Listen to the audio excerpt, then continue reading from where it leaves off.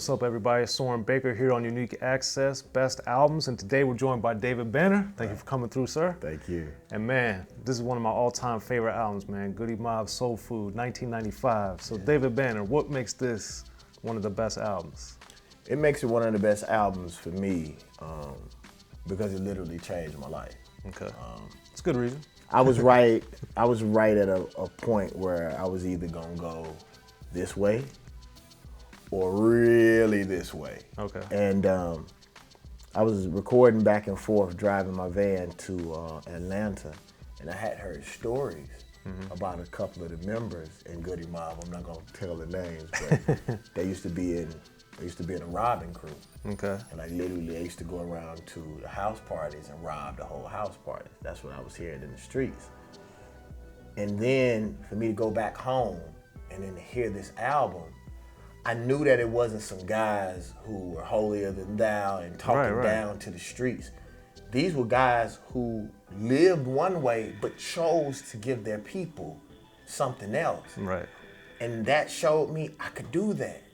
Like, cause I had already done the crooked letter thing and it didn't work out, and went back to the streets for sleeping on the couch and was homeless in a lot of cases. And I was like, man, these are grown men. Even for, it was little stuff on the album, even Gipp saying, pick up the paper, pick the trash up out the yard. Right. Like real old school uncle, grandfather shit coming from young men who could have chose to do something else, and it changed my whole life. And I think to your point, it kicks off right that way with the first song, with the Free, because you hear the soul food is so appropriate on so many different levels, but the soul part of it with the singing and like it has the somewhat of a like a sermon feel just kicking right off of the album, and that was so striking because, as you know, at the time in 1995, if you're going to hear like a rap album, especially a rap album coming from the South, it wasn't starting like that. And that to me let me know that this is going to be like a phenomenal project. Right. Soul Food, the whole album had the spirit about it. Right. It had a spirit. Like Outkast is my favorite group, but Soul Food was my favorite album. Like at the end of the day.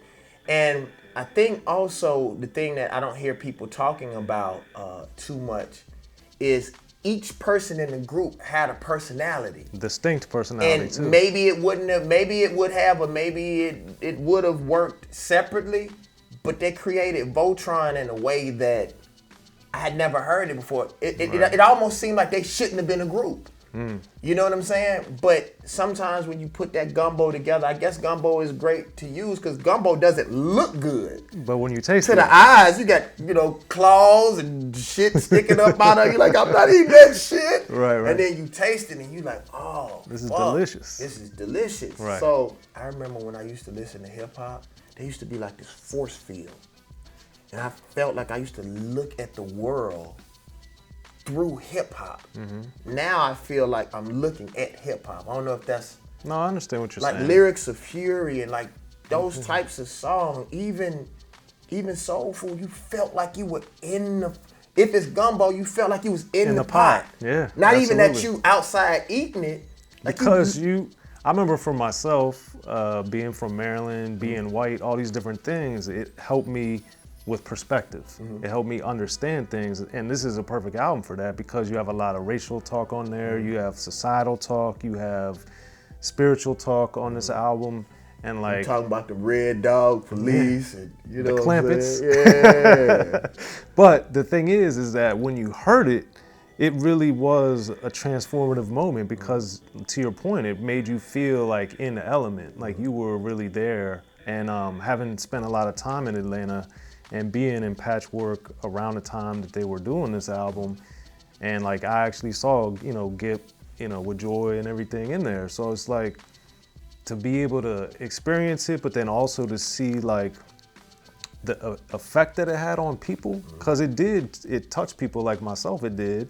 But I could tell, like when I would talk to people, or later when I would get to interview Goodie Mob and talk to them, and especially with CeeLo and Gipp, actually developing a relationship with them and getting to know them, it's just been amazing to see people coming up to them. Like Soul Food was a gold album. This wasn't something that went quadruple platinum. It wasn't a gazillion seller, but it matters to people.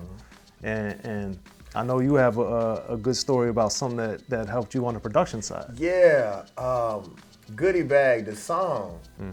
They have this button that you can push on the drum machine, where like if you have an 808, the 808 will hum as long as you hold your finger on it. Right. So if you hear Goodie Bag, the drums is going boom, boom, boom, like, and I was like, how in the fuck are they doing that shit? Right. That's fucking awesome. Right, right. And I literally went into the drum machine and learned how to do it from that song, because the drums on there were so awesome. Now, of course, CeeLo's freestyle on that song is probably one of the dopest freestyles in history. Right. Ooh, shit.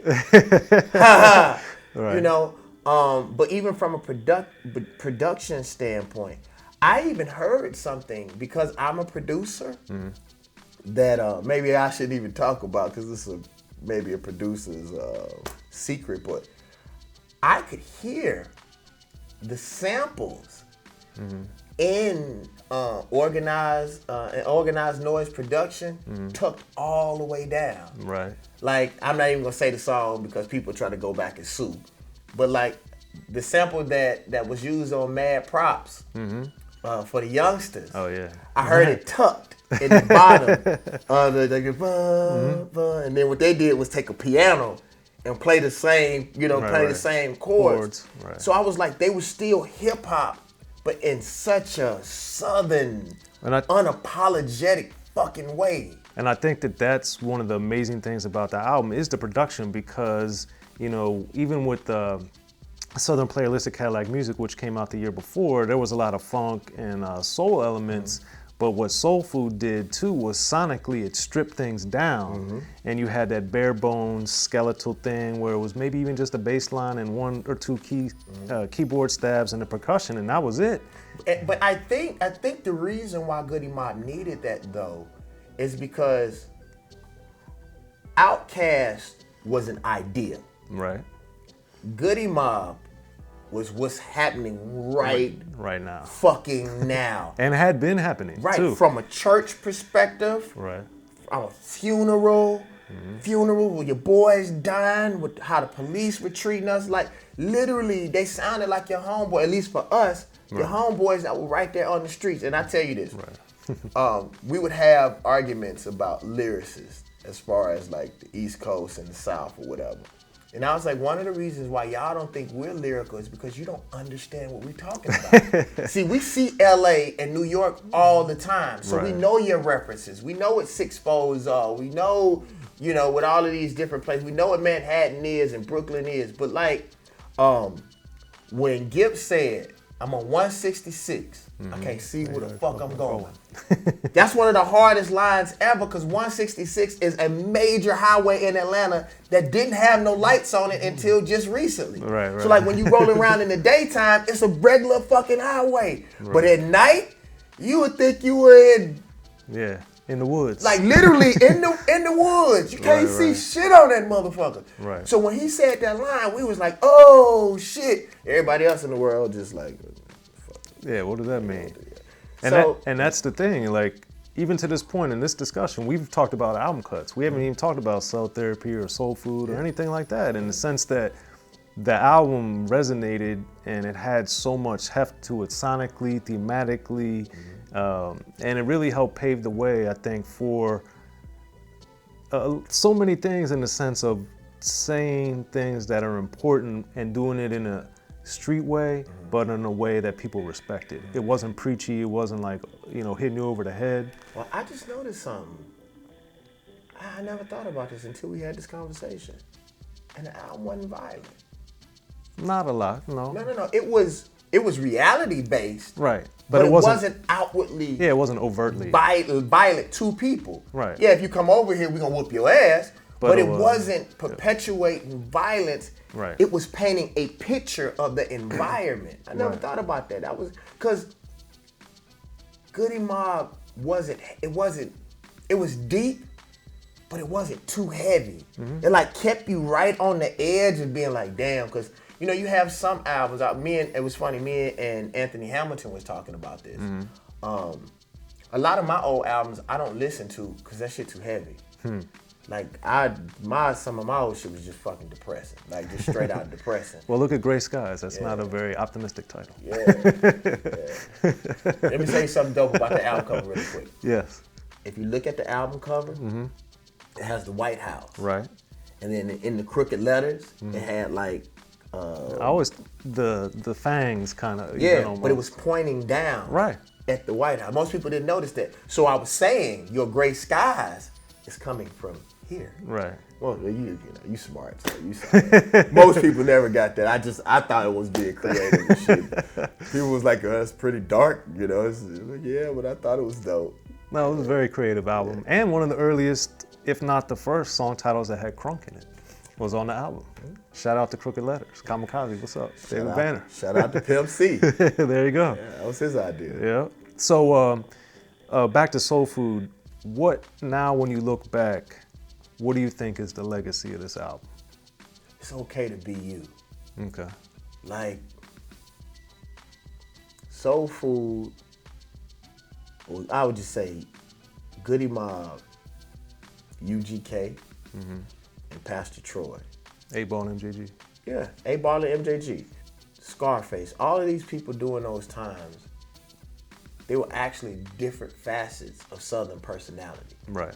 You know, in a strange way, Goodie Mob was more the soul, more the conscious. Scarface and Scarface and 8-Ball and that side was sort of the street aspect, slick but still standing up. Right. 3-6 was the aggressive, the rowdy we Gipp whoop your ass. All of these different people, but I really think like Soul Food brought the spirit to it. You know, brought the spirit to it. I think Outkast raised the consciousness. It was more of the mind and it was more cerebral. Like Goodie Mob was the heart and soul. I think that's the legacy. There it is, y'all. Thanks for coming through, David Banner. Thank you. And y'all see Soren acting like he ain't known me for 20 years. Like literally 20 years. Yeah, man. Yeah. And that's best albums, man. David Banner, Goodie Mob, Soul Food, Unique Access.